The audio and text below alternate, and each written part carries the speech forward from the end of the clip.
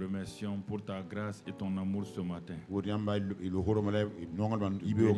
Nous te louons parce que tu es excellent. Tu es le Dieu en qui il n'y a aucune ombre de variation. Et c'est pourquoi que toute la gloire, la louange et l'honneur te reviennent au siècle des siècles.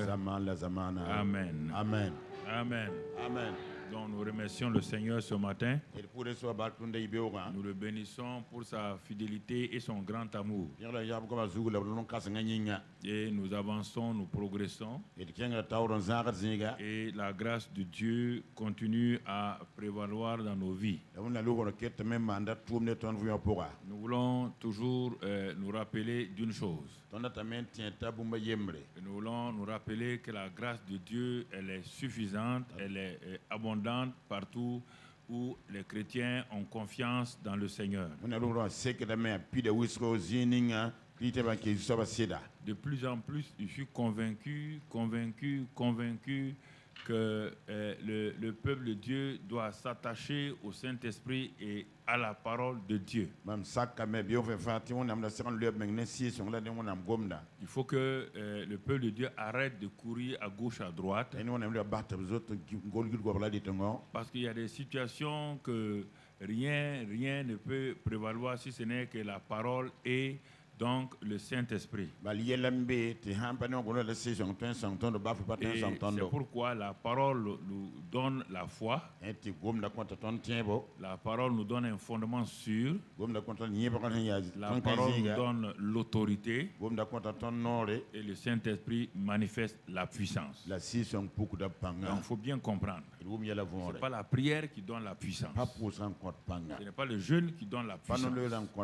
La parole de Dieu est la source de la foi. La parole de Dieu nous donne d'avoir l'autorité. Et ensuite, la parole de Dieu nous permet de résister à Satan. Et maintenant, quand nous voulons opérer, donc il y a la puissance du Saint-Esprit. Donc, si nous comprenons ces choses-là, nous allons aller de l'avant, quelles que soient les difficultés et les persécutions. Il y a des situations que nous ne pouvons pas affronter à travers la prière et le jeûne. La prière et le jeûne, je l'ai dit, ça me permet d'être en communion avec Dieu. Ça me permet moi-même de regarder ma vie et que le Saint-Esprit me dit oui, tu es en règle avec moi, tu es en règle avec la parole de Dieu. Maintenant, utilise le nom et la puissance du Saint-Esprit va se manifester. Dans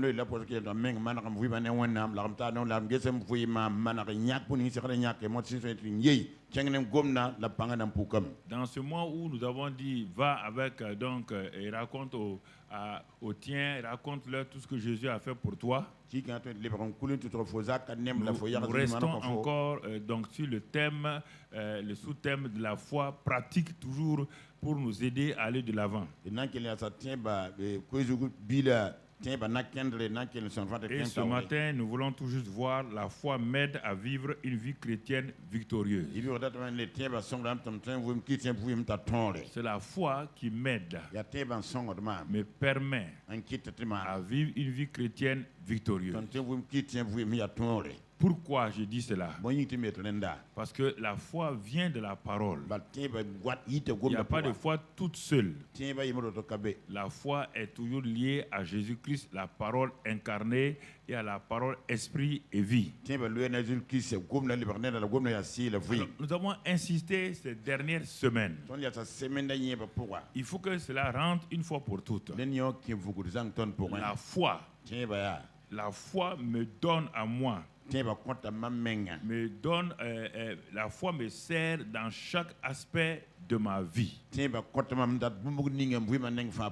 Chaque aspect de ma vie, pour manifester, il faut la foi. Ce n'est pas la prière, c'est la foi. La foi, la foi, la foi. Et si je veux prier, je dois faire la prière de la foi.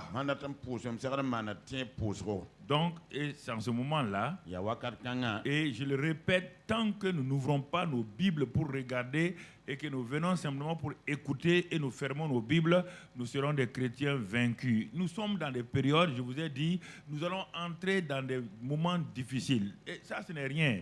Si ce n'est pas la foi, là, tu ne peux pas vivre ici. Je te dis la vérité. Pourquoi il vous dit la vérité?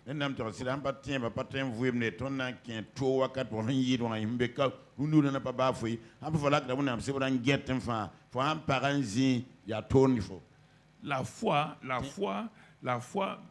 me donne d'avoir une bonne relation avec Dieu d'abord lui-même. Car sans la foi, je n'ai aucune relation avec Dieu, même si je prie. Même si je prie et je jeûne, sans la foi, il est impossible que ma prière soit agréable à Dieu et que moi-même je sois agréable à Dieu. C'est la parole de Dieu qui le donne. N'inversons pas les choses, allons dans le principe de Dieu pour comment Dieu fait les choses. Il faut bien comprendre le train de la foi, le train de la foi pour vivre sur cette terre-là. Le train de la foi est composé par exemple de trois témoins qui sont là pour me permettre de vivre dans cette vie-là de façon victorieuse. Et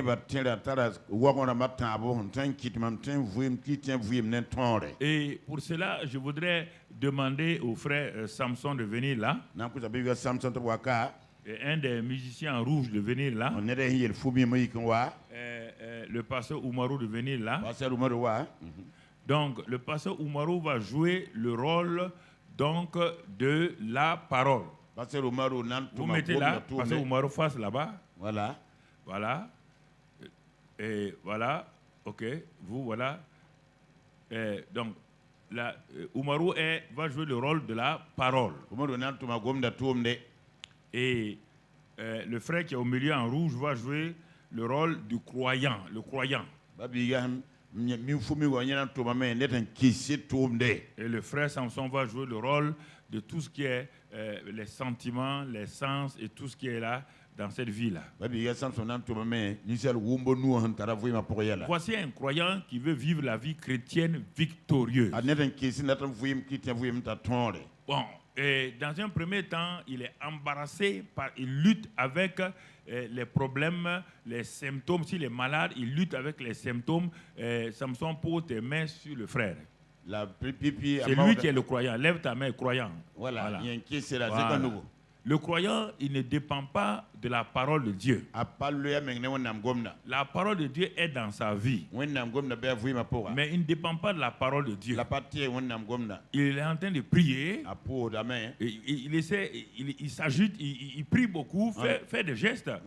Comme si tu pries. Voilà, tu es en train de prier, tu es en train de faire des choses. Bon.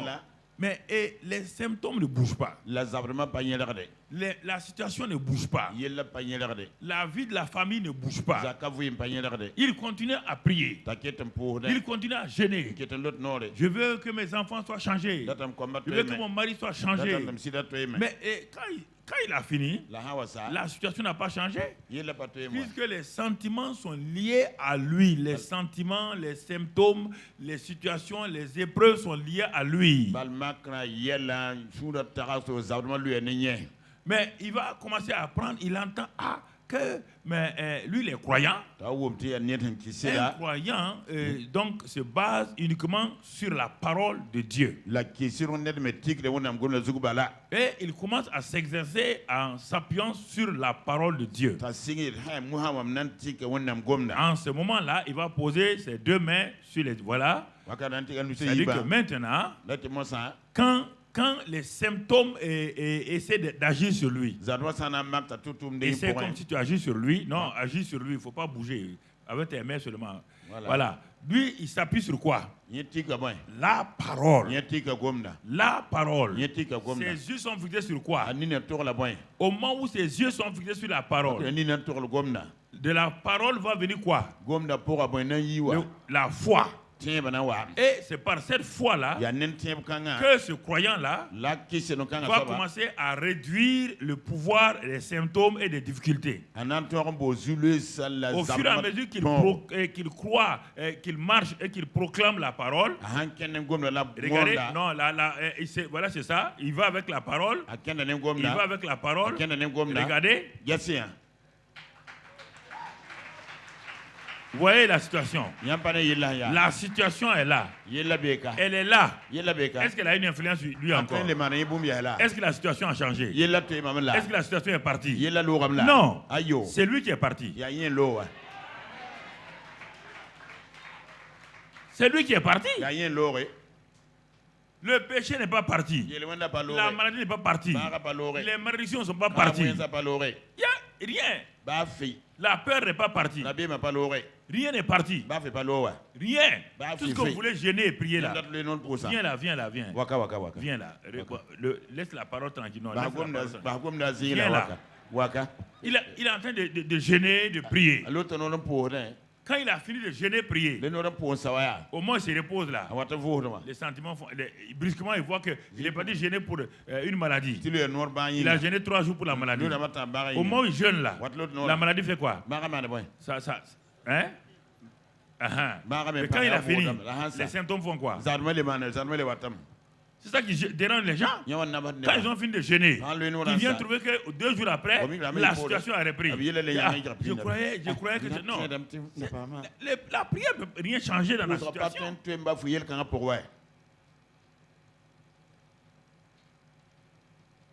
C'est dommage. Vous souffrez, je vous enseigne, vous souffrez, vous partez vous faire manipuler par les gens. Vous souffrez, vous continuez à souffrir. Dieu vous regarde, moi aussi je vous regarde. Vous ne voulez pas vous reposer sur la parole. Au commencement était la parole. Dieu n'a rien fait sans la parole. La parole est puissante. C'est elle qui donne la foi aux croyants. Il est croyant. Mais bien qu'il soit croyant, il faut qu'il soit lié à la parole. Bon, écoutez, frères et sœurs. Écoutez. Maintenant, on va changer. Tu viens devant. Tu viens devant. Parole, tu viens derrière. Voilà, donc les sentiments sont là. Et il veut faire partie des sentiments. Il veut faire partie des sentiments. Il est en train de lutter contre les sentiments. Et il se rend compte que les sentiments sont de plus en plus difficiles. Ça ne bouge pas. Mais il a oublié la parole de derrière lui. Il peut vaincre. Il peut vaincre. Hein? Il va dire au nom de Jésus-Christ, par la puissance de Dieu, au nom de Christ Jésus. Oui. Mais si c'est le démon, les démons vont partir. Mais si ce n'est pas un démon, ici sont tes épreuves. Au nom de Jésus peut partir une épreuve. Une épreuve ne part pas au nom de Jésus. Si on pouvait chasser les épreuves au nom de Jésus, il n'y aurait même plus d'épreuves sur la terre. On dit on doit vaincre par la foi. C'est par la foi qu'on a la victoire sur les épreuves. Et non pas, vous comprenez? Alors, vous voyez les deux cas. La parole est devant lui, mais il n'écoute que les symptômes. Maintenant, les symptômes sont devant lui. Il a mis la parole de derrière lui. C'est ici là. Il ne lit même pas la parole. Et vous venez à l'église comme ça, vous ne lisez pas la parole. Tous les jours, c'est vous qui êtes en train d'aller dans les endroits de pour prière. Vous êtes drogué de la prière. Drogué de la prière. Et vous laissez la parole. On dit que la foi vient de ce qu'on entend. On a ce qu'on prie. C'est le problème. C'est le vrai problème des gens. Et ça ne peut pas aller. Ça ne peut pas aller. Non, mon frère. Non, ma soeur. Mais regardez un autre cas maintenant. Un autre cas. La parole se met au milieu. Je vous montre les 3 cas pour que vous compreniez. Bon, vous allez voir quelque chose maintenant où c'est plus rapide. Ça, c'est le niveau le plus rapide. Les symptômes sont dans la vie de cet homme-là. Le premier cas, il a lutté longtemps avec les symptômes. Vous rappelez, la parole était devant. Les symptômes étaient derrière. Les symptômes étaient collés sur lui. Maintenant que cet homme-là a grandi, il a grandi. Il a grandi. Il a grandi. Qu'est-ce que ça fait? Il s'appuie uniquement dans chaque cas, il s'appuie sur quoi? La parole. Et quand il s'appuie sur la parole fait quoi? Elle joue sur quoi? La parole fait quoi? La parole fait quoi? Entre lui et les symptômes, il y a toujours quoi? Il est toujours quoi? Il est toujours quoi? Plus que vainqueur. Le croyant est toujours quoi? Il est lié tout le temps à la parole. Est-ce que les symptômes, bien que les symptômes soient là, la parole met ça de côté?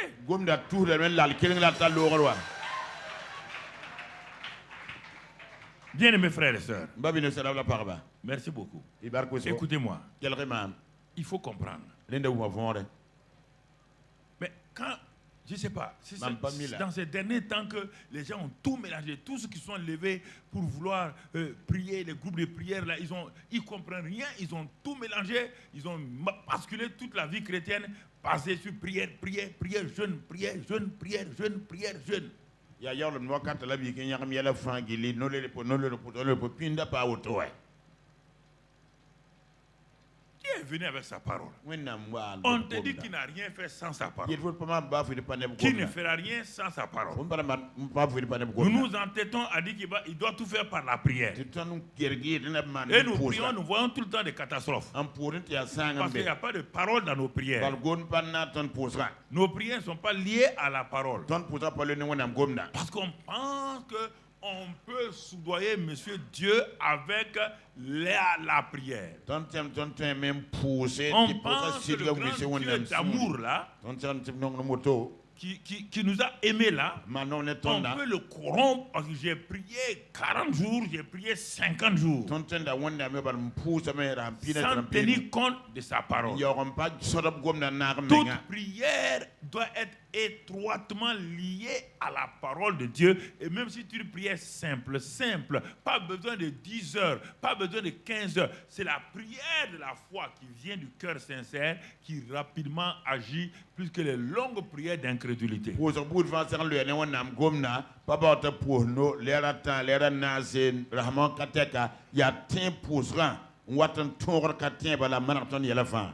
allons, c'est pourquoi nous allons voir ce matin, nous allons prendre quelques exemples pratiques de la vie quotidienne pour voir pourquoi c'est dans cette vie quotidienne-là que nous échouons le plus.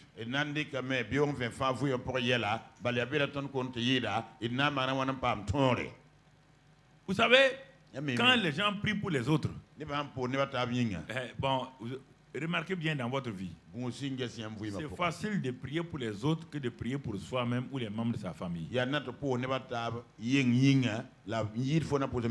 Quand on vous dit que quelqu'un est malade, vous courez aller prier. Quand vous-même êtes malade, vous priez. Quand quelqu'un de votre famille est malade, est-ce que vous avez la foi même pour prier? La vérité, vous avez la foi pour prier? Pourquoi? Parce que vous n'avez pas été habitué à prier avec la parole. Parce que quand dans votre vie, vous êtes malade ou quelqu'un de votre famille est malade ou il y a une épreuve, les sentiments prennent la place et la peur prend la place. Vous ne pouvez plus prier.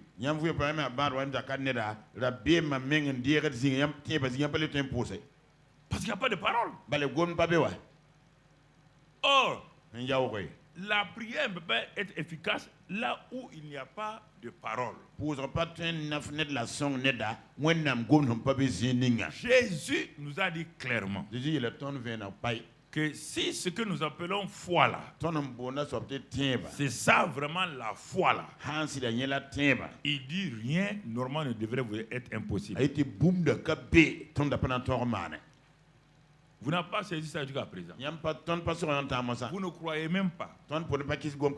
Jésus dit, ce que nous appelons foi, j'ai la foi là. Jésus dit, si c'est réellement la foi, rien, il y a longtemps, rien ne vous serait impossible.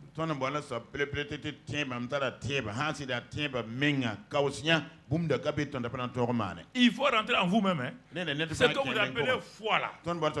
Jésus dit, On ne demande pas une grande foi. Il dit on n'a pas besoin de grande foi. Jésus dit, si ce que vous appelez la foi là, elle est tout juste comme un grain de sénévé, un grain de sésame. Si c'est réellement la foi, elle soulève les montagnes. C'est-à-dire les problèmes les plus lourds de ta vie. Les épreuves les plus difficiles de ta vie. Ça, c'est la montagne. Il dit autre élément. Si ce que vous appelez foi là, c'est vraiment la foi. Et même si c'est comme un grain de sénévé ou de sésame. Il dit le sycomore, l'arbre le plus enraciné profondément. Les problèmes les plus profonds de ta vie. La foi là va déraciner. Donc, regardez bien. Les problèmes les plus lourds, les épreuves les plus lourdes, la foi là les soulève. Les problèmes les plus enracinés, ce que vous appelez malédiction générationnelle, ce que vous appelez n'importe quoi, les problèmes les plus enracinés. Ici c'est la foi déracine ça. Alors, regardez, qu'est-ce que vous appelez foi? Quand vous dites que vous avez la foi là, qu'est-ce que vous appelez foi? Et ça ne change pas. Votre situation ne change pas. Qu'est-ce que vous appelez foi? Ou confondez croire et foi.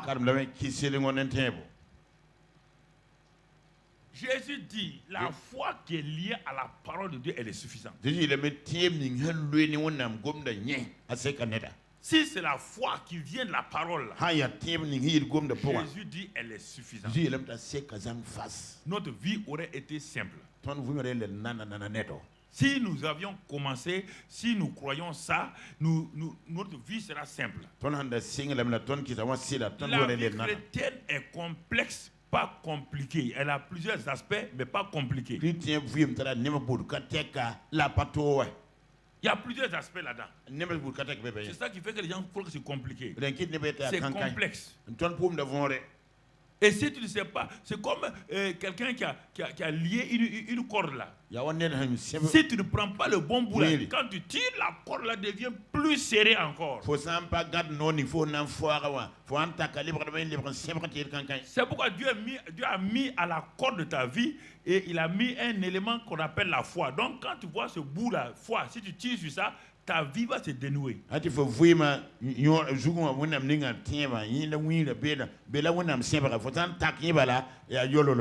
On va voir ça, Dieu voulant, dans l'année prochaine. On va voir ça, on va voir, parce qu'on va entrer dans des choses, d'autres choses.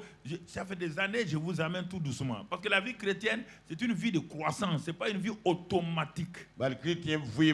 Il y a bien vu, il n'y a pas zi pour vous. Quand nous allons attaquer les choses de combat spirituel, comme on vous le dit, vous aimez les combats spirituels contre Satan, les démons, tu vas comprendre, mais si c'était aussi compliqué, comment Dieu va te demander à toi, un être humain, de lutter contre quelqu'un qui est puissant? Comment il va te demander ça? S'il n'y a pas une solution normale. Si pour nous appuyer,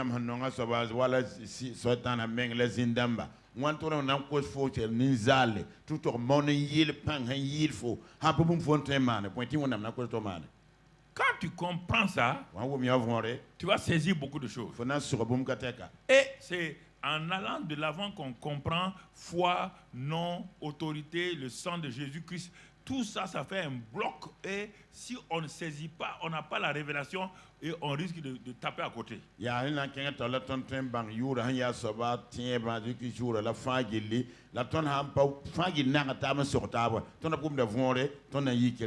Et par exemple, je donne un témoignage d'un monsieur qui devait voyager.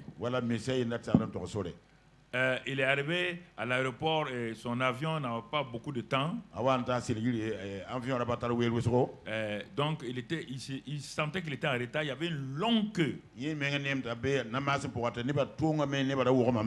tout le monde était impatient. Les gens criaient, savez, quand c'est comme ça, tout le monde crie, on ne sait pas pourquoi on crie, tout le monde crie seulement.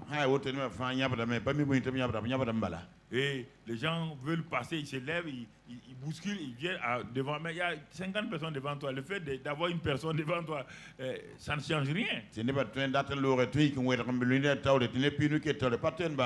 Et lui, il devait aller prêcher dans une autre ville. Il a commencé à prier. Il a prié. Il était debout là, il priait. Mais plus il priait, plus la tension montait. La prière ne lui donnait pas rien, la foi, ni rien, ni le repos. J'ai rencontré des cas comme ça dans les aéroports. Et chaque fois, quand c'est comme ça, je m'assois tranquillement. Il faut pas continuer à prier. Il a continué à prier. Il a continué à prier. Il a regardé. Il va manquer son avion. Et les gens maintenant, comme beaucoup de gens allaient manquer leurs avions, ils commençaient à crier. Bon, on va vous attaquer. Vous faites perdre nos affaires. À un moment donné, il se plaint à Dieu. Il dit, mais Dieu, tu vois, je dois aller prêcher et tu ne m'as pas aidé. Dieu dit, mais il ne t'a pas aidé. Il dit, mais tu m'attends. Moi aussi, je t'attends. Il dit, ah bon? Tu m'attends comment? Il dit, mais exerce. Tu sais bien qui bloque ton affaire, non? Tu sais qui bloque? Tu es en train de prier là. Tu pries qu'il fasse quoi? Il dit, tu ne sais pas qui bloque ton affaire là? Qui t'empêche d'aller? Il dit, mais tu as le nom de mon fils. Tu as son sang. Tu as tout. Et tu ne parles pas. On dit là, si tu as la foi, non? Il y a des cas où la foi parle. La foi exerce son autorité. Et là, silencieusement devant les autres là, il a dit à Satan, tu ôtes ta main maintenant sur ce voyage. J'ai l'autorité, j'exerce mon autorité sur toi. Tu enlèves ta main sur ce voyage. Au nom de Christ Jésus. Quand il a dit ça, en ce moment il a ouvert la porte à Dieu. Dieu lui dit, regarde bien. Regarde bien. Regarde le comptoir qui est là-bas. Il y avait un comptoir là à l'aéroport qui était vide. Et tout le monde était aligné comme ça. Et brusquement, il dit, va t'arrêter à ce comptoir. Il veut discuter avec Dieu. Dieu dit, c'est comme ça, vous voulez discuter. Maintenant, tu as exercé l'autorité. Et tu as vu, je t'ai parlé. Tu vas aller t'arrêter là-bas. Au comptoir vide là. Bon, il a obéi, il a quitté le rang. Il est parti s'arrêter là-bas. Les autres le regardaient bizarrement. C'est ici qu'on est en train de prendre les billets. C'est ici qu'on est en train de faire partir les billets. Et pour aller dans l'avion. Il s'est arrêté. 2 minutes plus tard, il y a une dame qui a apparu là, d'un bureau là, qui dit, ah monsieur, que voulez-vous? Il a attendu son billet. Il dit, je vais aller dans tel endroit. La dame dit, attendez. La dame est rentrée, 5 minutes. Elle est venue donner son billet.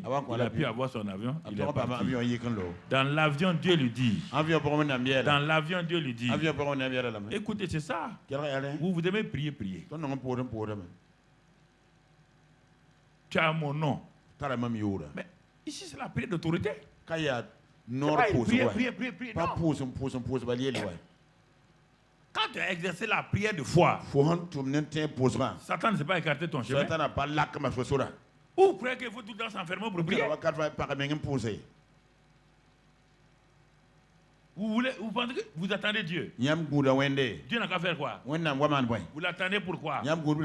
Quand il a dit allez, quand il a dit je vous ai donné l'autorité de marcher sur les serpents, donc vous attendez que Dieu vienne marcher sur les serpents. Il doit descendre marcher sur les serpents. Vous allez attendre longtemps. La prière de foi. Il a simplement exercé la prière de foi, une prière simple. Une prière simple. Et la chose s'est passée. J'ai vu ça plusieurs fois. Une prière simple. Une situation. C'est pressé. Une situation. Par là, simplement. Quand on dit la prière, on n'a pas dit 3 heures de prière. On dit la prière d'autorité, la prière de foi.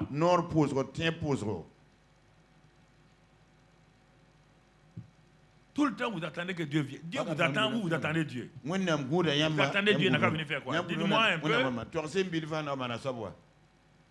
Il n'a qu'à venir faire quoi? Il a déjà fini. Il vous a placé. Il vous a tout donné. Et vous l'attendez pour faire quoi? Il n'a qu'à venir crucifier Jésus une seconde fois. C'est ça qui est arrivé à Moïse. Il a frappé le rocher une fois. La deuxième fois, il s'est énervé contre le peuple de Dieu. Il a voulu leur montrer qu'ils sont incrédules. Or, c'est lui-même qui est tombé dans le même piège. Il a frappé le rocher. Dieu dit qu'on ne frappe pas le rocher deux fois. Le rocher, c'est Christ. On ne le frappe pas deux fois. Lui, il ne va pas faire venir Christ deux fois pour te sauver.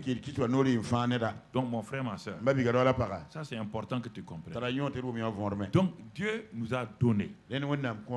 Il nous a donné la foi. En tant que croyant, la parole donne la foi. La parole donc parlée, la parole révélée, la parole donnée par la voix intérieure du Saint-Esprit. Et parfois le Seigneur nous attend. Il nous attend longtemps et nous ne comprenons pas. Nous ne saisissons pas. Et parfois, une fois, quand j'étais à Koudougou, j'avais un document que j'ai posé quelque part. Le document, je ne l'ai pas vu. J'ai commencé à prier, à regarder à gauche, j'étais tendu. Ouais. Vous savez, il a dit qu'on va prier. Quand un homme est tendu, est-ce qu'il prie? Il est en train de murmurer oui ou non? Quand vous dites prier là, il y a un calme en toi.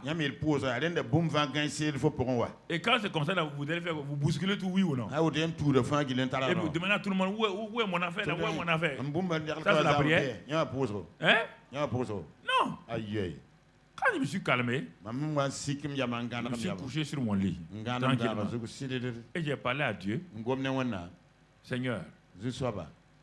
Et il dit mais c'est pas moi qui ai pris ton papier. Tu as posé ton papier. Tu vois pas ton papier. Il dit, et j'ai parlé. Quand j'ai parlé, simplement la voix du Saint-Esprit dit, voilà.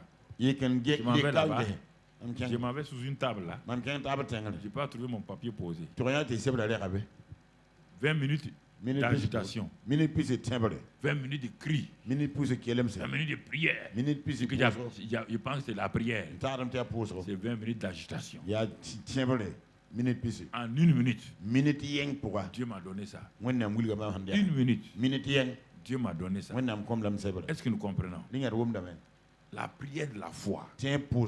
Mais on ne parle pas de ça ce matin. On parle de la foi qui m'aide à vivre une vie chrétienne victorieuse.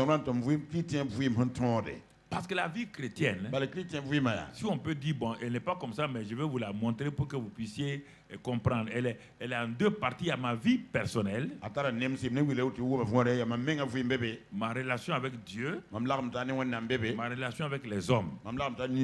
Et ensuite, il y a la vie de manifestation contre les maladies, contre Satan. Et là, j'exerce ma foi. Mais nous allons voir ce matin la foi et ma vie personnelle.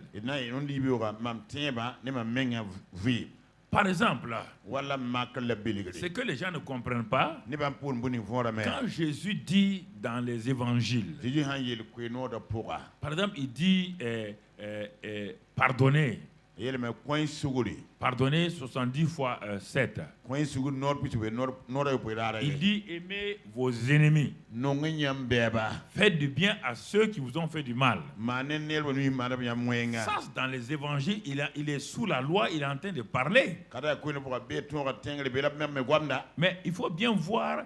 Ensuite, dans certains passages, il donne des solutions et dans les épîtres, il te donne la réponse.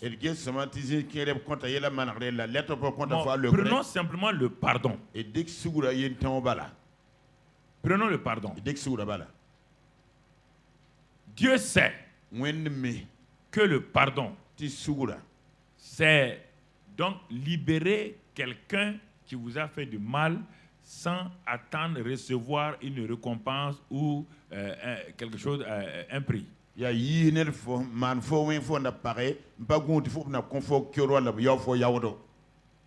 Dieu sait que c'est très difficile à un être humain de pardonner.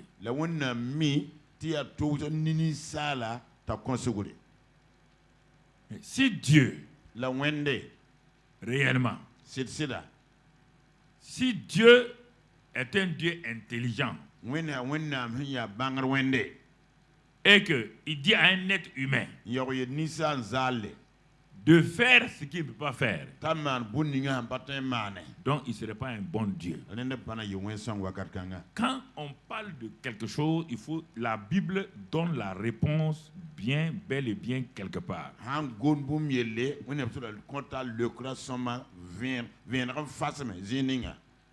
La Bible donne la réponse quelque part.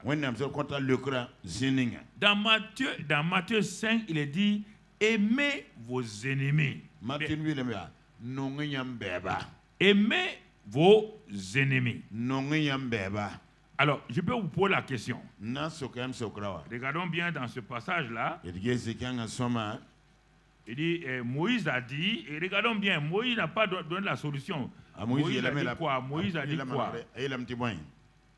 Moïse dit ceci, que vous avez entendu dire, et qu'il a été dit aux anciens, tu ne tueras point. Bon, on va aller un peu plus loin. Tu aimeras ton... voilà, donc, c'est ça. Tu aimeras ton prochain comme toi-même. Mais, moi, je vous dis...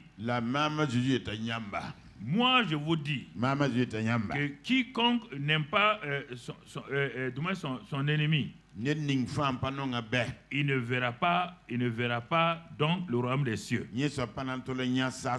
Verset 43. Il est dit, vous avez appris qu'il a été dit, tu aimeras ton prochain et tu haïras ton ennemi. Ça, c'est Moïse qui a dit ça. C'est normal. Matthieu 5, 43. Parce que sous la loi, il n'y a aucun pouvoir d'obéir à ce que Dieu a dit. C'est pourquoi Dieu n'a pas dit, sous la loi, d'aimer son ennemi. Même quand Dieu a dit là, tu ne mentiras pas là, il n'a pas donné la capacité de ne pas mentir. Tu ne voleras pas là, il n'a pas donné la capacité de ne pas voler. Ça, c'est dans l'Ancien Testament. C'est pourquoi Moïse dit, bon, vous pouvez aimer vos amis, non? Les gens de ça, on peut aimer. Il dit, ok, il n'y a pas de problème. Il dit, bon, tu haïras ton ennemi. Il dit, bon, ok, il n'y a pas de problème. Ça, c'est logique, naturellement. Naturellement, c'est logique.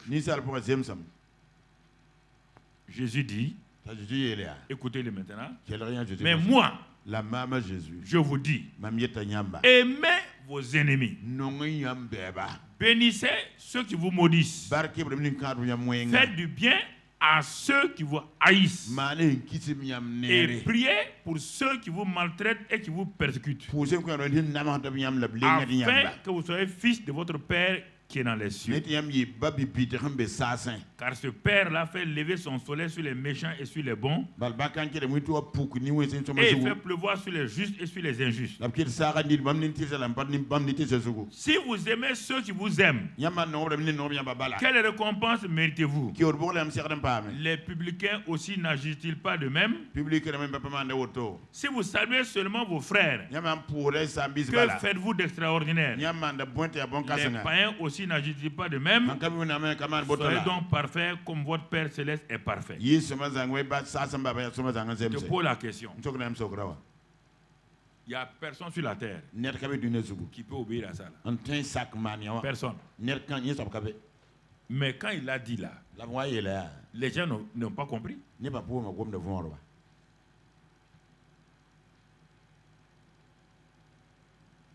Ce qu'il vient de dire là, c'est ça que j'ai présenté comme par les sentiments, les éléments, c'est ça là qu'on voit. Mais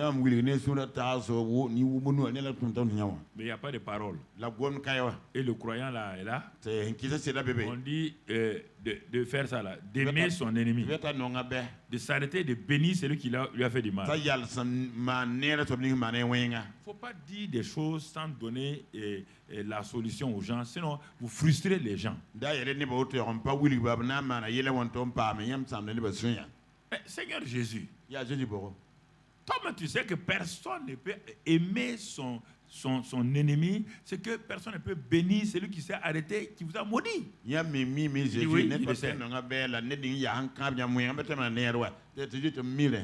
Mais comment cela est-il possible que on puisse faire cela? C'est pourquoi je vous ai dit, écoutons, pour comprendre ça, on va voir dans Romains 5, 5. Romains 5, 5. Romains chapitre 9, verset 9. Romains 5, 5. Or, l'espérance ne trompe point.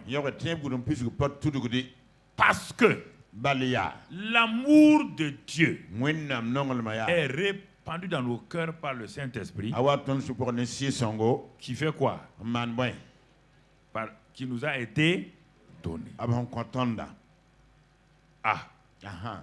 Jésus dit d'aimer, de pardonner. Il n'a pas donné la solution. Donc, si tu restes, c'est pourquoi ceux qui restent dans les évangiles là, qui ne lisent jamais les épîtres là, ils ont des problèmes. Ce sont eux, quand tu les vois là, on dirait des gens qui ont mangé des fourmis maillantes. Ils ne sont pas heureux. Ils veulent aimer. Ils veulent pardonner. Mais ils ne savent pas comment. Ils ne savent même pas comment aimer quelqu'un. On te dit ici la solution. Le premier aspect de la solution, ce que Dieu t'a dit de faire là, il sait que tu ne peux pas le faire. Il est venu lui-même. Lui-même, nous étions ses ennemis. Comment il nous a pardonné? Il nous a aimés. Par le même système, il va nous amener à aimer et à pardonner. Dieu qui est saint, nous les méchants hommes, nous avons dit que nous ne voulons pas Dieu. Nous avons choisi l'adversaire de Dieu. Nous avons décidé de marcher avec Satan. Malgré ça, Dieu nous a aimés. Dieu nous a pardonnés. Alors, qu'est-ce que Dieu a utilisé pour aimer un homme comme moi non aimable et toi? Comment Dieu a fait?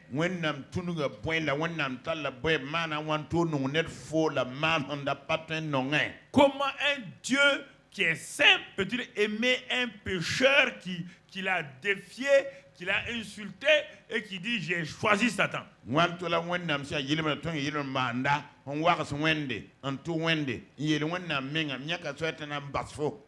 Par l'amour de l'esprit. C'est ça qu'il dit ici là. Si moi j'ai pu aimer et pardonner, je l'ai fait à travers mon amour. Et cet amour-là est surnaturel. Et au moyen de la foi aussi qui est surnaturelle. Je ne vous demande pas d'aller aimer les gens avec vos sentiments, ça ne marchera pas. Même les femmes avec les maris avec les femmes pour se pardonner, pour s'aimer là, à un moment donné, c'est difficile. Même les frères et les sœurs, c'est difficile. Dieu ne est pas insensé pour dire à quelqu'un qui a été blessé d'aller aimer, de bénir. Est-ce que Dieu... C'est pourquoi on dit ça, les gens, ils s'exclament. Ils n'ont jamais compris pourquoi Dieu dit ça. Ce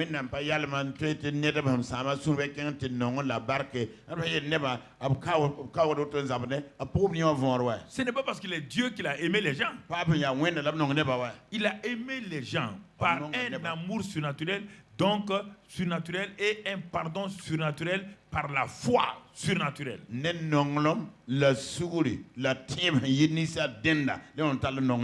Et c'est pourquoi il te dit, mon fils t'a dit d'aimer et de bénir.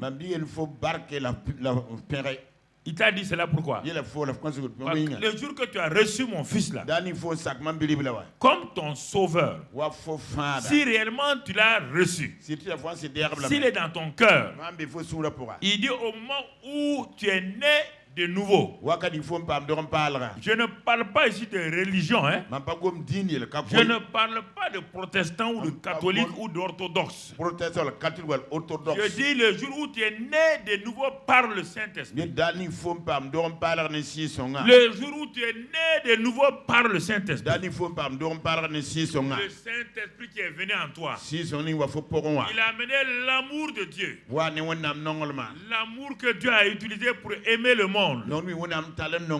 Car la Bible dit Dieu a tant aimé le monde qu'il a donné son fils. Il n'y a pas quelqu'un d'entre nous qui va donner son fils. Non, personne. Mais regardons Dieu. Les hommes étaient méchants. C'est en ce moment qu'il a donné Jésus-Christ, qui est mort à la croix de Calvaire. Il l'a donné par son amour. Jésus est la preuve de l'amour de Dieu pour chaque être humain sur la terre. Et il se tourne vers toi maintenant. Si tu as accepté ce Jésus-là, il dit le même Saint-Esprit qui a permis à Dieu d'aimer le monde là. Le même Saint-Esprit qui est en toi là, il est venu avec l'amour de Dieu.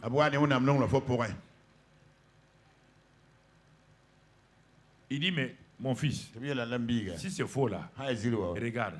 Si tu veux aimer les gens naturellement, tu seras confronté à des problèmes. Il te dit, regarde ce qu'un homme a vécu. Il s'appelle Paul.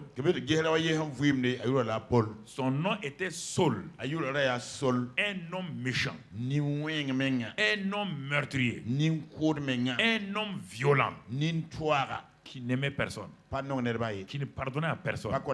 Il tuait les chrétiens. Il faisait enfermer les chrétiens. Il dit, c'est lui qui nous parle maintenant. Il a dit le jour où il a rencontré Christ sur la route de Damas, et que le Saint-Esprit est venu sur lui par l'imposition des mains d'Ananias. Il y a un amour divin qui est venu dans mon cœur. Cet amour divin, dit Paul, m'a donné de pouvoir aimer mes ennemis. Et il dit, c'est cet amour-là. Quand il écrit aux Corinthiens, il dit aux Corinthiens, on ne peut pas aimer avec les sentiments. Les sentiments ne peuvent pas, ce qu'on ressent dans son corps, dans son cœur, on ne peut pas aimer avec ça. Ça, on ne peut pas aimer quelqu'un. Il se blesse rapidement. Les émotions ne peuvent pas aimer quelqu'un. Ne peut pas aimer quelqu'un. Les émotions aiment aujourd'hui, demain ils haïssent. Un homme dit qu'il s'est marié à une femme, un an après il est en train de divorcer. Il n'a jamais aimé. Ça, il a sentimentalisé. Il a eu des émotions envers elle. L'amour ne se sépare jamais. Regarde, Paul dit maintenant, si vous avez compris l'amour, l'amour a été mis en vous. Mais maintenant cet amour-là, comment il se manifeste? Par la foi. L'amour est en vous. Regardons 1 Corinthiens 13. Comment dans ta vie ça fonctionne? Écoute-moi très bien. Pas la peine d'aller t'enfermer, gêner et prier. Pas la peine d'aller gêner et prier. 1 Corinthiens 13. Il a dit, l'amour est en moi. L'amour est en moi. Il est répandu dans mon cœur par le Saint-Esprit. Il dit, cet amour-là, c'est par la foi maintenant. La foi va me permettre de l'exercer. Il dit, l'amour est patient. Bon, il dit la charité ici. La version de Louis II. La charité, l'amour est patient. L'amour est plein de bonté.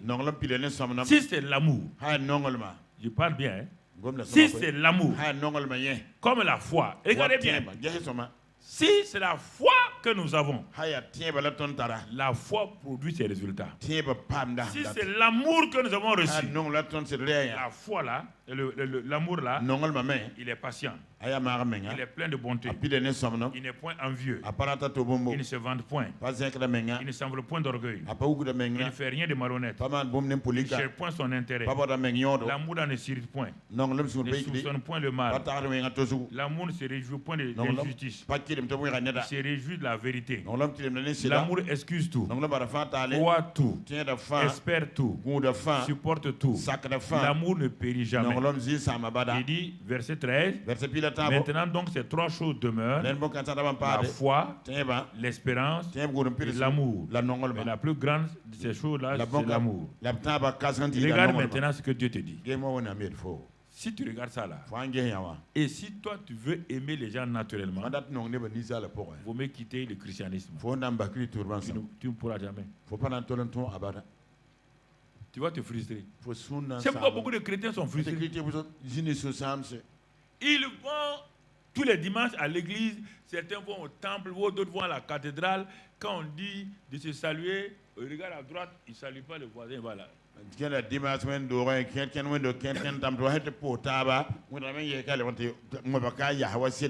qu'ils ne comprennent pas l'amour de Dieu. L'amour de Dieu, ce n'est pas un sentiment. Le sentiment, quand il voit quelqu'un qui lui a fait du mal, tout le cœur là est, tout le cœur est parti.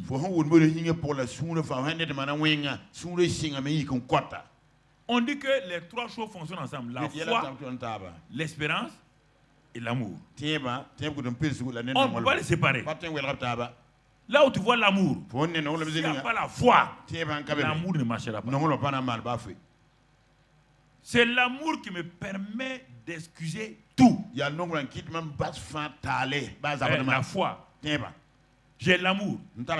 Mais c'est la foi qui me dit ce que tu as fait, je t'excuse. C'est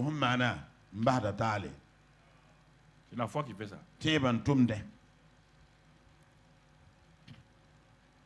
Quand il y a 15, je me rappelle il y a 15 ou 16 ans, quand j'ai enseigné ça sur l'amour longtemps, le pardon, l'amour, de cette manière-là, il y a un de nos frères qui a eu un problème comme ça, où quelqu'un a tué son enfant, qui est parti au tribunal.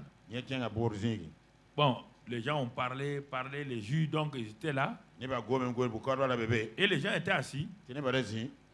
Bon, les juges ont parlé, les avocats ont parlé, mais après, les juges donnent la parole au père. Le père se lève et se tient devant tout le monde. Il dit que lui pardonne celui qui a tué son enfant. Donc, le tribunal était silencieux. Silencieux. Le juge silencieux. Le procureur, tout le monde silencieux. Les avocats, tout. Les gens qui étaient là silencieux. On lui a dit de répéter. Il dit non. Que lui il a dit qu'il pardonne tout. Il n'y a rien contre le monsieur là. Il n'y a rien.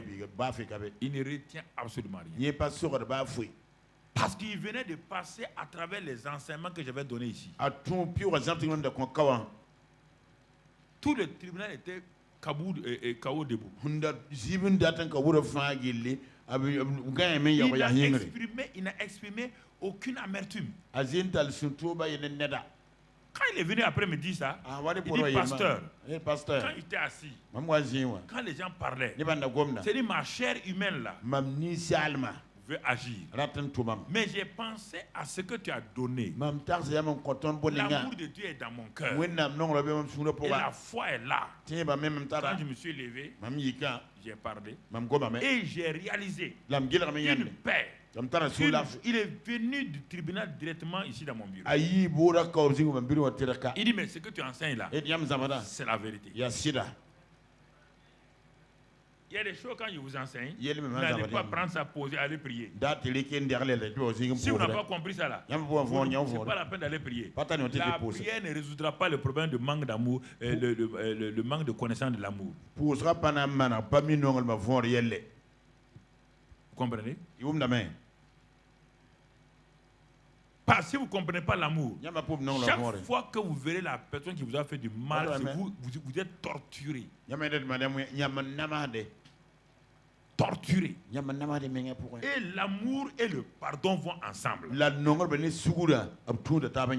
le pardon aussi est donné par la foi. Dans Luc 17, regardons bien Luc 17. Écoutez, on n'est pas dans une religion. Christianisme, ce n'est pas la religion. Non. Christianisme, ce n'est pas la religion. C'est la vie de Christ. Christianisme, il y a le mot Christ là-dedans. Beaucoup de gens sont chrétiens, ils ne savent même pas qui est Christ. Jésus. Quand tu dis c'est qui? C'est le fils de Marie. C'est le fils de Dieu. Et par rapport à toi, il est ton oncle. Il est ton quoi? Il est ton cousin. Il est ton sauveur. Tu ne le connais même pas comme ton sauveur. C'est ça le problème. Regardez Luc 17. Pour que vous compreniez. Le même Jésus qui a dit pardonnez là. Maintenant, il est avec ses disciples, ses propres disciples. Saint Pierre, Saint Jean, Saint Jacques. Ils sont avec lui. Et ils sont en train de parler. Bon. Et il se lève. Et il parle. Il dit, verset 3. Prenez garde à vous-même. Si ton frère a péché, reprends-le. Et s'il se répand, pardonne-lui. Vous entendez, chrétien? S'il se répand, pardonne-lui. Et s'il a péché contre toi 7 fois dans un jour, et que cette fois il revienne à toi disant je me répands, tu lui pardonneras. Vous entendez ce que Jésus dit? Quelqu'un vient, il dit ton frère, il pêche contre toi à 6 h du matin. Tu pardonnes. Il vient, tu pardonnes. À 9 h, il vient faire le même péché contre toi. Jésus dit de pardonner. Troisième, à 11 h, il vient encore, Jésus dit de pardonner. À minuit moins 5, au moment où tu vas dormir là, il vient faire une faute contre toi. Jésus dit de pardonner. Regarde la réponse des disciples. Regarde ce que les disciples ont demandé. Regardez bien. Ils ont dit quoi? Seigneur, augmente-nous la foi. Hein? Ils commencent à comprendre maintenant. Oui ou non? Dans Matthieu 5, là, est-ce qu'ils ont parlé? Maintenant, il a expliqué. Expliqué. Ils ont dit, ah bon, c'est ça là. Non, ça. Ton affaire de pardon là, il faut augmenter notre foi. Parce que personne ne peut pardonner 7 fois quelqu'un à qui tu as pardonné, il vient, il fait encore. À la fin, tu vas dire trop, c'est quoi? Trop. Jésus dit, tu ne dois pas dire trop, c'est trop. Tu dois dire, va, il te pardonne. Seigneur, augmente-nous la foi. On ne peut pas pardonner comme ça. Mais Jésus leur répond. Regardez la réponse de Jésus. C'est pourquoi je dis, si vous avez la foi, le Seigneur dit, si vous avez de la foi comme un grain de sénévé, vous direz à ce sycomore, ce gros arbre-là, déracine-toi et plante-toi dans la mer et il vous obéirait. Ce n'est pas augmenter la foi. Non. On n'augmente pas la foi. Jésus dit, Si ce que vous aviez là, c'est de la foi, vous direz à ce sycomore, cette situation-là, c'est-à-dire que cette personne, cette situation qui vous a blessé tant de fois là, la foi va déraciner sa partie. Si c'est la foi que vous avez.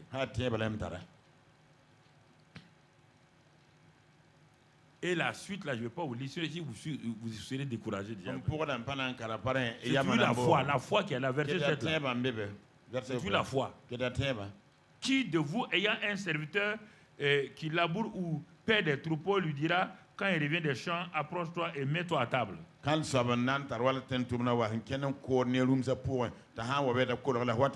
Ne lui dira-t-il pas au contraire, prépare-moi à souper, sers-toi et sers-moi jusqu'à ce que j'ai mangé et bu. Après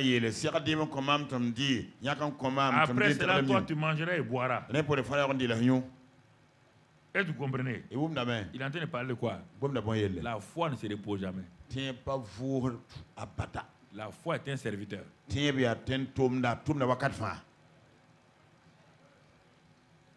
La foi ne dira pas je suis fatigué. Il dit la foi est un serviteur. Et regarde bien, ça, vous ne comprenez pas, la foi est un serviteur.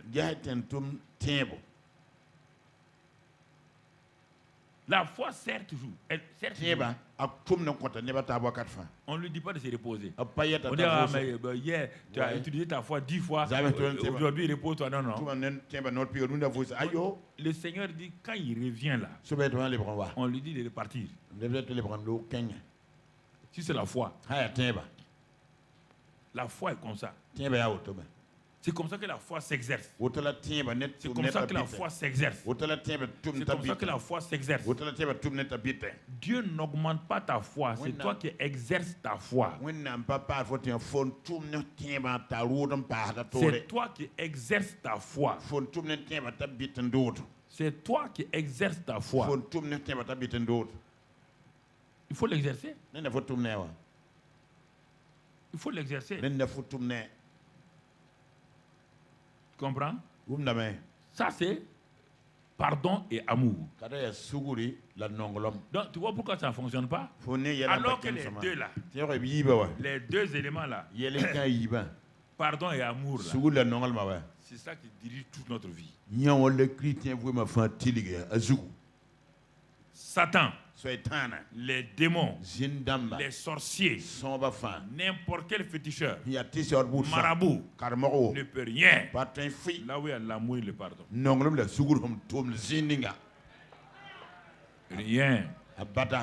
Rien. Rien. Pas besoin d'aller voir un sorcier qui me suit. Allez voir. S'il y a le pardon et l'amour, ce sont les deux éléments. Le pardon et l'amour, exercé dans la foi, ouvre la porte du ciel pour toi. Tu comprends? Le pardon et l'amour. Si tu ne crois pas, tu aimes prier, allons voir dans Matthieu 6. Je vais doucement que tu comprennes. Matthieu 6. Matthieu 6. Matthieu chapitre 8. Regardons ce que le Seigneur Jésus nous dit. Les gens ne lisent pas la Bible, on manque, on ne doit pas lire la Bible, ils ne comprennent pas la Bible. La Bible est comprise. Comment un homme peut comprendre les sciences, peut comprendre l'informatique, et la Bible simple, il ne comprend pas du mensonge. On ne veut pas que les gens soient libérés.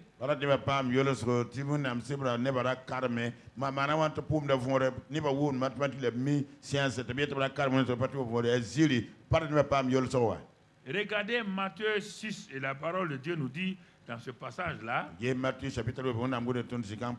est dit, il parle de la prière. Il dit, regardez bien ce que la parole de Dieu nous dit. Tout le monde veut réciter notre Père. Mais les gens ne pratiquent pas notre Père. Notre Père n'est pas une récitation. C'est ta vie. On dit notre Père qui est aux cieux. Notre Père qui est aux cieux. Que ton nom soit sanctifié. Est-ce que toi tu sanctifies le nom de Dieu? Est-ce que tu honores le nom de Dieu? Tu utilises le nom de Dieu au hasard. Un. Deuxièmement, que ton règne vienne. Le règne, c'est quoi de Dieu? On te dit que le règne de Dieu, c'est la justice, la paix, la joie, l'amour, la puissance par le Saint-Esprit. Est-ce que dans ta vie, quand toi tu t'arrêtes là, notre Père qui est aux cieux, que ton règne vienne. Est-ce que dans ta maison, il y a la justice? Est-ce que dans ta maison, toi et ton mari, notre Père qui est aux cieux, vous êtes en bagarre? Est-ce qu'il y a la paix? Est-ce qu'il y a la joie? Mensonge encore chez les chrétiens. Ce n'est pas fini. Il continue. Il dit que ta volonté soit faite sur la terre comme au ciel. Est-ce que tu connais comment la volonté de Dieu est faite au ciel? Tu dois la faire sur la terre. La volonté de Dieu, c'est quoi? C'est partout dans la Bible là. Nous ne faisons pas ça. On récite notre Père. Ce n'est pas une récitation. C'est pas fini. Regarde bien. Notre Père, c'est la prière la plus pratique. Voici on arrive au 4e point. Voici un homme et sa femme. Ils sont en train de réciter notre Père. Et ils n'ont pas à manger. Ils n'ont pas à boire. Ils arrivent à l'endroit où il dit: donne-nous aujourd'hui notre pain quotidien, pain de ce jour. Et puis il continue. Il continue. Toi, tu n'as pas à manger. Tu n'as pas à boire. Vous vous asseyez. Notre Père, donne-nous notre pain de ce jour-là. Et vous continuez. Et vous sortez. C'est votre voisin qui est votre père. Donne-moi 1 kilo de riz. Donc, ta prière là, s'adresse à ton voisin. Donc ton voisin qui est notre père. Le chrétien, il faut arrêter ça. Il faut arrêter ça. On trompe les gens. On va à l'église, on va ici, on va là. Il n'y a rien. Rien ne se passe. C'est pas fini? Continuons. Pardonne-nous nos offenses. Tout le monde est chaud pour ça. Pardonne-nous nos offenses. C'est pas fini? Dieu dit: ah bon, tu es en train de... pardonne mes offenses. Termine la phrase. Termine la phrase. Qu'est-ce que la phrase dit? Comme voilà, nous aussi, nous pardonnons à ceux qui nous ont offensés. Toi, tu dis à Dieu: pardonne mes offenses. Et tu es assis. Tu ne pardonnes pas ton mari. Tu ne pardonnes pas ta belle-mère. Tu ne pardonnes pas ton oncle. Tu ne pardonnes pas ton frère. C'est plaisantin. Ce n'est pas une récitation. Notre Père n'est pas une récitation. C'est une application. On te dit: pardonne-nous. Quand tu ne comprends pas français, il est écrit, non? Pardonne-nous nos offenses. Pardonne mes péchés. Comme moi, je pardonne à lui ses péchés. Et toi, tu dis que tu as fait ta prière et tu n'as pas appliqué. Si je fais ça, la prière et ce qui vient après là va marcher. Si je ne fais pas ça, regarde maintenant ce qui va me coûter. Il dit: ne nous soumets pas à la tentation. Ça veut dire quoi? Si je ne pardonne pas déjà, la tentation va me vaincre. Deuxièmement, le malin va m'avoir. On ne peut pas délivrer quelqu'un du malin quand il a le malin en lui. Refuser de pardonner, ça envoie le malin avec lui. C'est le malin qui ne pardonne pas.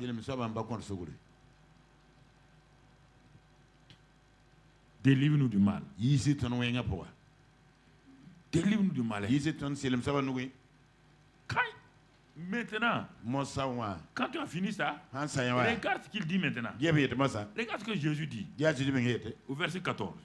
Et là-bas, personne ne va là-bas. Tout le monde, les pasteurs, les prêtres, tout le monde couvre ça et personne ne vient en parler. Regardez pourquoi ça ne marche pas. Regardez, si vous pardonnez aux hommes leurs offenses, votre Père Céleste vous pardonnera aussi. C'est Jésus qui parle. Hein? Mais là, si vous ne pardonnez pas aux hommes, votre Père ne vous pardonnera pas non plus vos offenses. Je veux prier. J'ai un problème.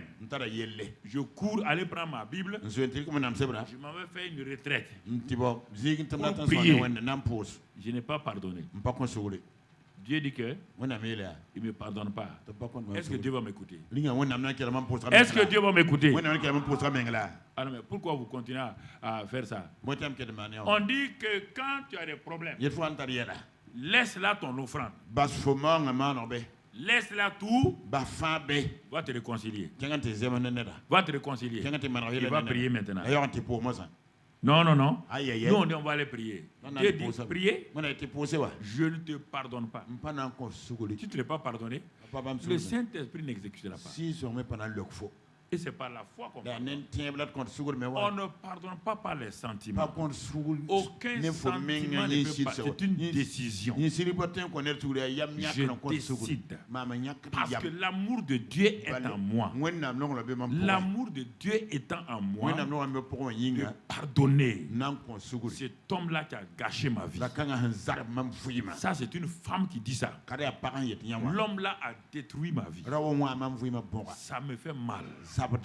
Mais comme tu as dit, Père, que tu m'aimes, que tu as répandu ton amour en moi, moi, je m'arrête, je pardonne cet homme-là qui a presque détruit ma vie.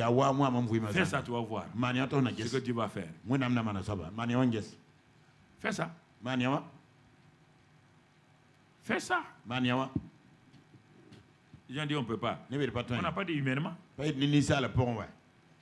Si tu n'es pas chrétien de nouveau, tu ne peux pas faire ça. C'est l'utopie.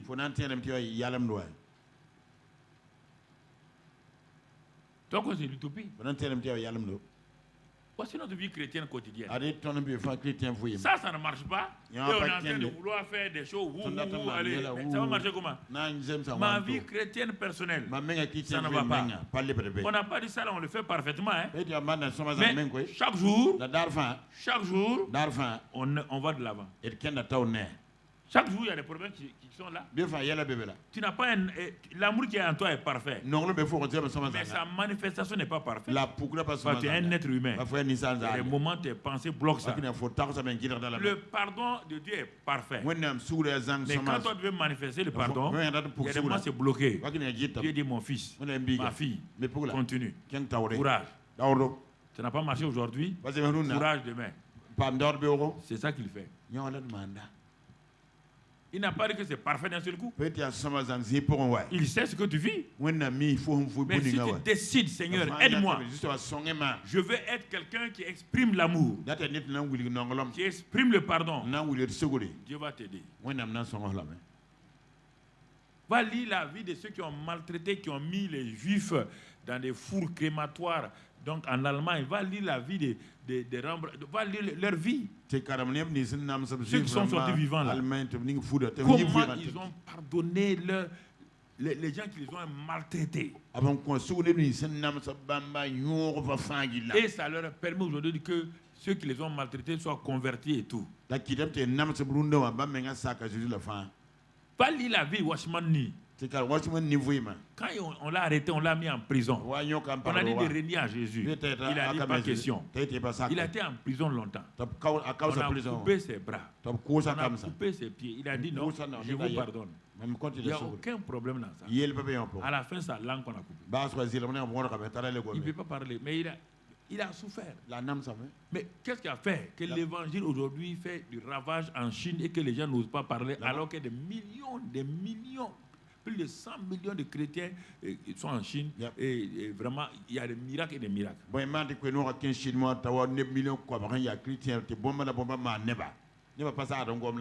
Pourquoi? À cause de l'amour et du pardon.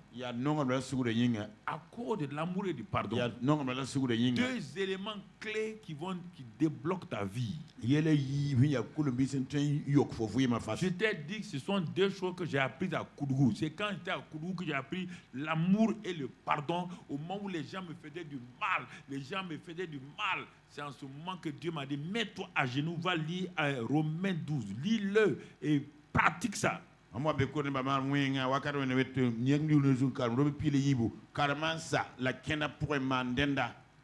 m'a libéré. J'ai refusé de garder quelqu'un dans mon cœur. Jamais. Je refuse. Aïe. Je refuse. Que quelqu'un fasse ses urines à moi. Jamais. Que quelqu'un vomisse à moi. Je ne te donnais pas l'occasion de passer devant moi, faire le malin, et moi, mon cœur fait bouh. Parce que si tu ne pardonnes pas aux gens, quand la personne passe là, qui souffre? C'est toi qui souffres. Est-ce qu'elle souffre, la personne là? Je n'ai pas l'occasion à quelqu'un de me faire souffrir. C'est ça. Qui souffre? C'est toi. Hein? Toi, tu es en train de rire avec quelqu'un. Tu ris. Brusquement, voilà quelqu'un qui t'a fait du mal. Il passe. Toi, ton rire est fini. Ton gars dit, mais pourquoi tu ris plus? Il a éteint ton rire. Quelqu'un qui éteint ton rire. Quelqu'un qui éteint ta vie. Et tu dis que bon, non, je ne vais pas pardonner. C'est ça qui amène la mort rapide. C'est ça qui amène les ulcères, les cancers. Les gens ne comprennent pas.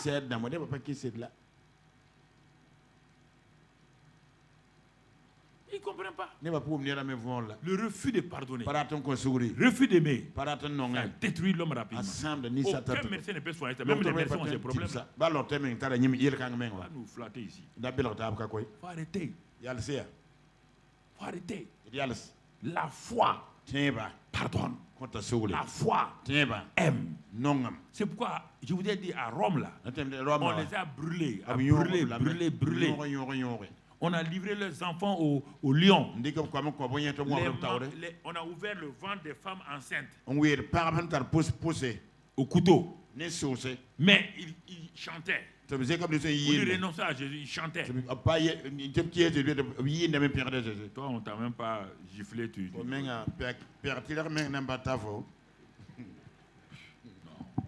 Parce qu'on t'a parlé seulement, tu t'es fâché comme ça là. Tu te gonfles comme dindon. Il y a quoi? Il m'a parlé mal. Tu parlais mal, ça, tu es comme ça là. Chrétien d'aujourd'hui là. C'est maïs, hein? Il y a quoi? Les épreuves ne sont pas là. Alors, regardons les épreuves. Hébreux 12. Regardons les épreuves là. Hébreux 11, 35. Qu'est-ce qu'il est écrit? Dans la foi. Des femmes recouvraient leur mort par la résurrection. Ça, c'est alléluia. Gloire à Dieu. On a eu résurrection. Mais attends, la foi donne la résurrection. Mais attends le reste.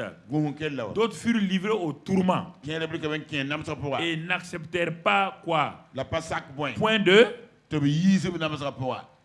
On a dit qu'ils n'ont pas fait quoi? Ils n'ont pas accepté la délivrance. Alors, la famille délivrance, on dit on va délivrer les gens. Ils ont dit on ne va pas nous délivrer. Ah bon? Oui. Afin d'obtenir une meilleure quoi? Les premiers ont reçu quelle résurrection? Ceux qui reviennent au début de la phrase. Voilà. Certains recouvraient leur mort par la résurrection. C'est quelle résurrection? Physique, non?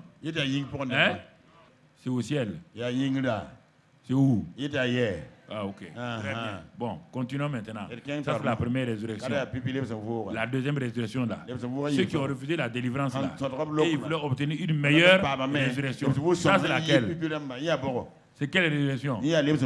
Au ciel, non? Voilà. Regardons Jacques 4, verset 7.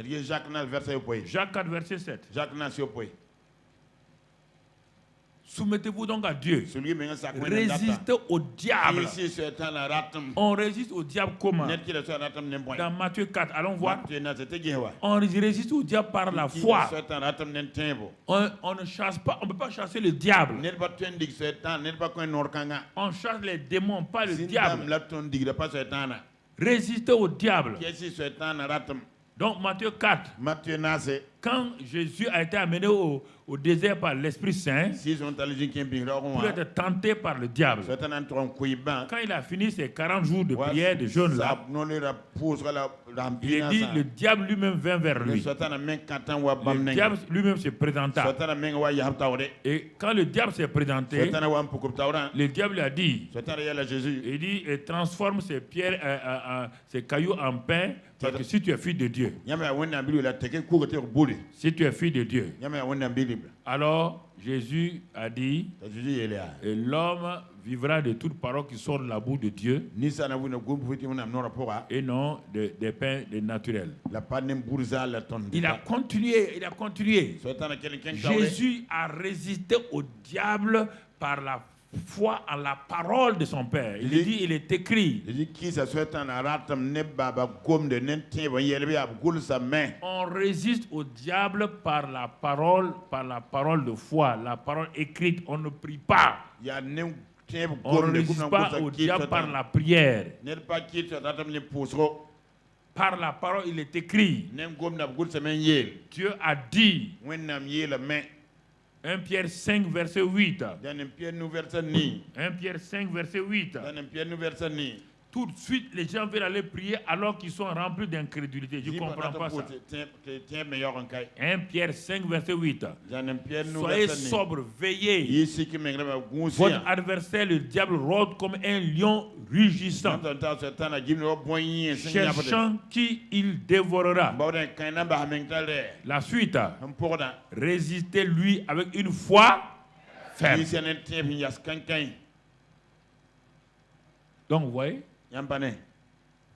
résistez-lui avec une foi ferme. On n'a pas dit la prière, par une foi ferme. Il est écrit. Dieu a dit. Jésus dit, même la gloire de Dieu, c'est par la foi. Tu veux voir la gloire de Dieu? Il a dit à Marthe. Marthe. Ne t'ai-je pas dit que si tu crois, tu verras la gloire de Dieu? C'est la foi qui amène la gloire de Dieu. C'est la foi dans la parole de Jésus à Cana qui a amené l'eau à être changée en vin. Parce que Marie a dit, faites ce qu'il vous dira. Et ils ont fait ce que Jésus a dit. Le miracle a eu lieu. Et la gloire de Dieu a été manifestée. Même la gloire de Dieu. On va aller prier pour la gloire de Dieu. Mais toi, tu pries pour la gloire de Dieu. Et la gloire de Dieu va descendre comme ça. La gloire est descendue dans le temple de Salomon parce qu'il a parlé de ce que Dieu lui a dit. Rappelle à Dieu. Mon frère, ma soeur. Même l'enlèvement. Dans Hébreux 11.5, il est dit que Hébreux 11.5 que Enoch a été enlevé. Par quoi? Hébreux 11.5. C'est par les chants qu'Enoch a été enlevé. Par quoi? Avant d'être enlevé, Dieu lui a fait quoi? Dieu a dit que ta foi me plaît, oui ou non? Parce que quelqu'un était chrétien, il est mort, il va être enlevé comme ça. Tu es mort sans foi. Ne compte pas sur Dieu. Compte pas sur Dieu. Parce qu'il est mort chrétien. Ah bon, c'est fini, ça suffit. Les gens aiment flatter les gens.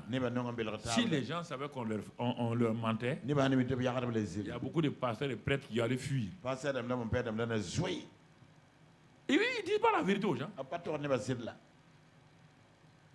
Vous croyez comme ça, on va vivre comme on veut, puis on meurt, on vous amène, on amène votre corps à l'église, vous allez au paradis. Vous croyez à ce mensonge-là? Alors que Jésus a dit comment on va au paradis. Toi, tu vas, écoutez-moi, toi, tu vas à l'autogare. On dit, tu vas aller où? Il dit, je viens pour prendre l'avion pour aller à Paris. On va te dire, c'est le car ici. Aucun car ne va à Paris. Des choses comme ça. Parce qu'on est chrétien seulement. On va aller au paradis. Quand j'assiste à l'enterrement du suicide dépassé, on a flatté des gens. Le gars là, on dit qu'il est chrétien. C'est le plus grand voleur du quartier. Parce qu'il est mort maintenant. On l'amène à l'église. Et on fait des obsèques. On dit il va aller au paradis. Hey.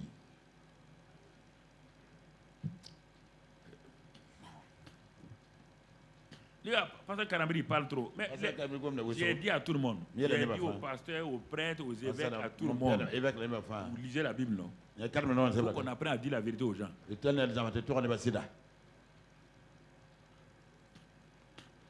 Vous-même soyez logique. Le gars, il dit qu'il est chrétien. Il n'a jamais rien fait de chrétien. Il ment, il vole, il fait tout. Le jour qu'il meurt, on dit qu'il est chrétien. Un chrétien qui ne fait pas ce que les chrétiens font.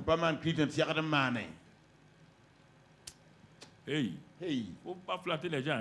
Il faut toi-même te préparer. Il ne faut pas te laisser tromper par quelqu'un. Pas te laisser tromper par quelqu'un. Laisser tromper par les gens. C'est une affaire personnelle entre Dieu et toi. Une affaire de religion. Chacun sera devant Dieu. Au ciel, là, il n'y a pas de femme, il n'y a pas d'homme. Chacun sera devant Dieu personnellement. Il n'y a pas de famille au ciel. Parce que tout le monde sera comme des anges. C'est Jésus qui l'a dit. Il n'y a pas de famille réunie au ciel. Ça n'existe pas. Chacun sera devant Dieu. Il est dit que tout le monde sera l'époux de Christ. Parce que nous allons perdre notre corps de chair là. On a un corps glorifié. Où il n'y a plus de sexualité. Il n'y a plus de ces choses là. Chacun. Tu comprends?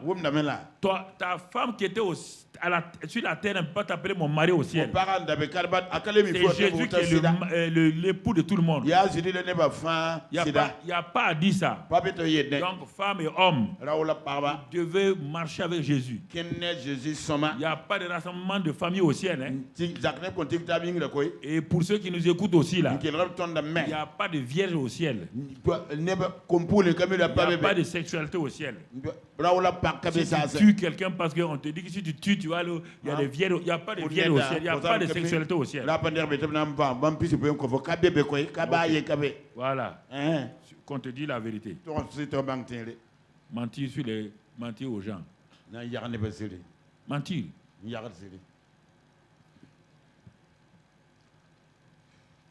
D'abord, il faut que tu rentres. Il faut d'abord que tu rentres. Ok. Bon. Comme nous, on parle trop là-haut. On dit il parle trop. Il parle trop. Il parle mal. C'est quel mal? Je te dis ce qu'il y a. Quand tu vas chez le docteur qui a appendicite, et un autre infirmier dit va boire sirop, tu seras guéri. Va boire sirop. On dit il faut qu'on t'opère. L'autre dit non, on peut boire sirop. En buvant sirop là, l'appendice va sortir tout seul. Quand tu vas le WC, ça va sortir. Ok. Il faut aller boire sirop. Quand le sirop va te siroter, les gens ne veulent pas la vérité. Ils ne veulent pas la vérité. Ils veulent qu'on leur mente. Et qu'on le mente.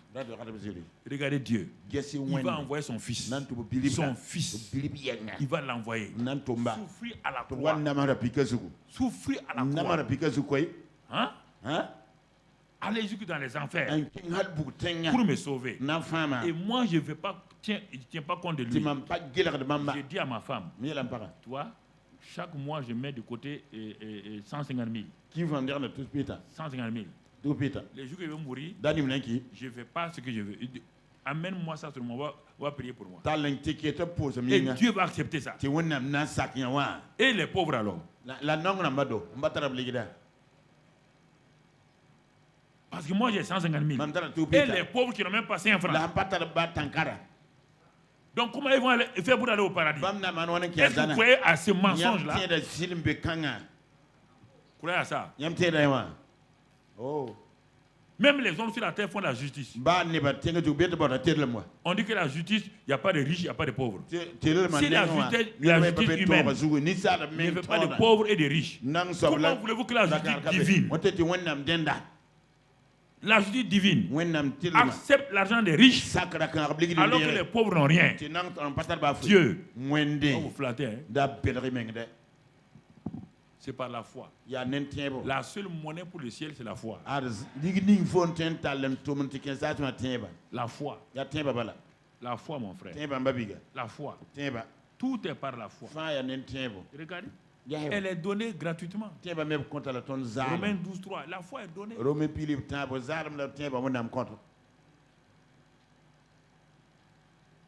Elle est donnée. Et on la proclame.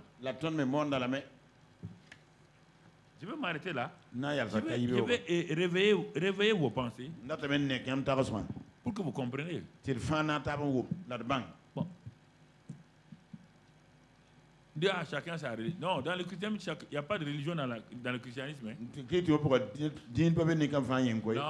Non.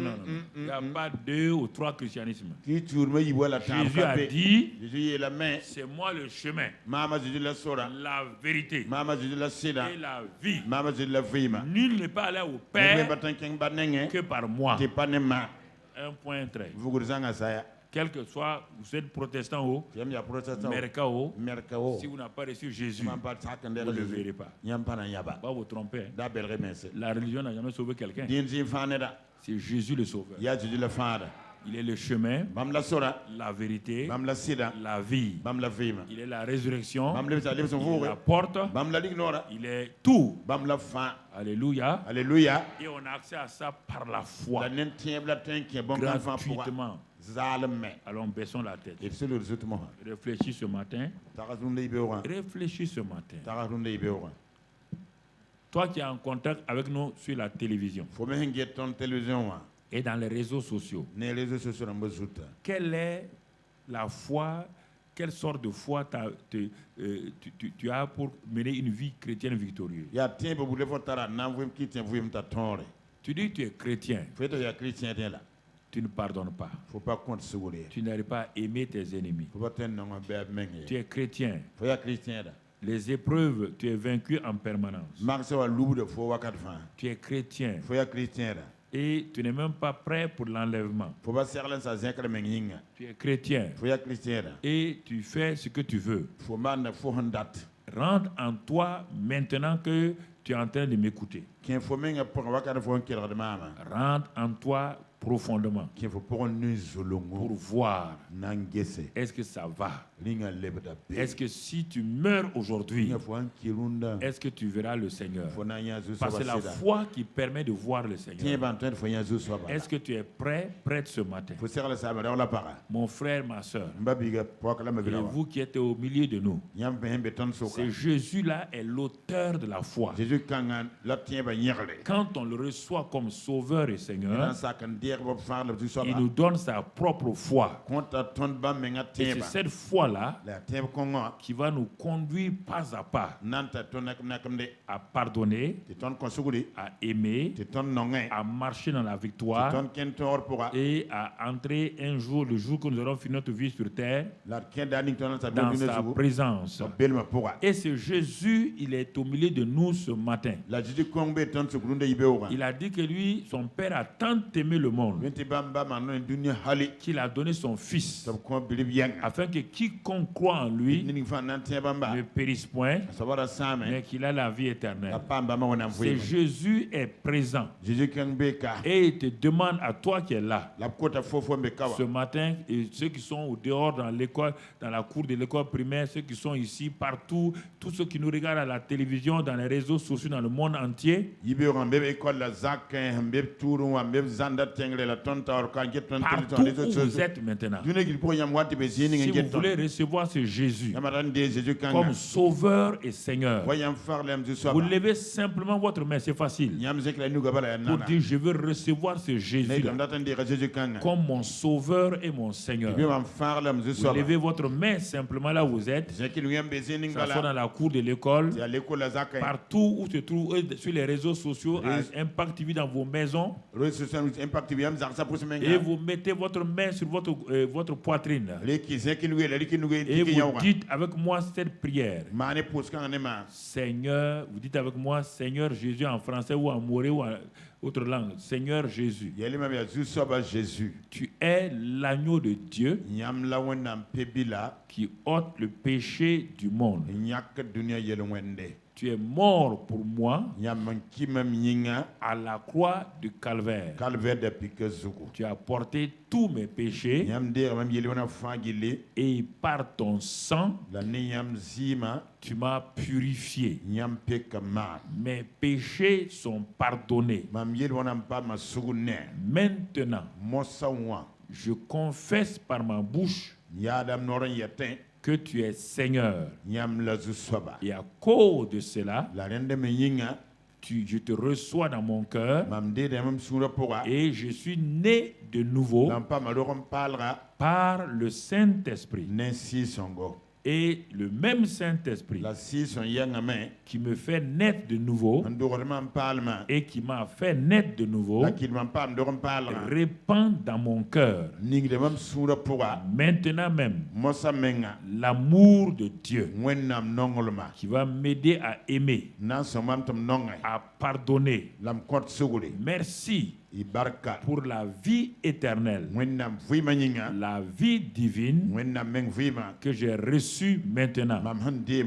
Je suis né de nouveau dans le royaume de Dieu. Et Dieu est mon Père. Je suis fille de Dieu, citoyen du royaume des cieux. Merci pour cette grâce. Sois béni et sois loué pour ton grand amour. Amen. Amen. Acclamons le Seigneur. Amen. Amen.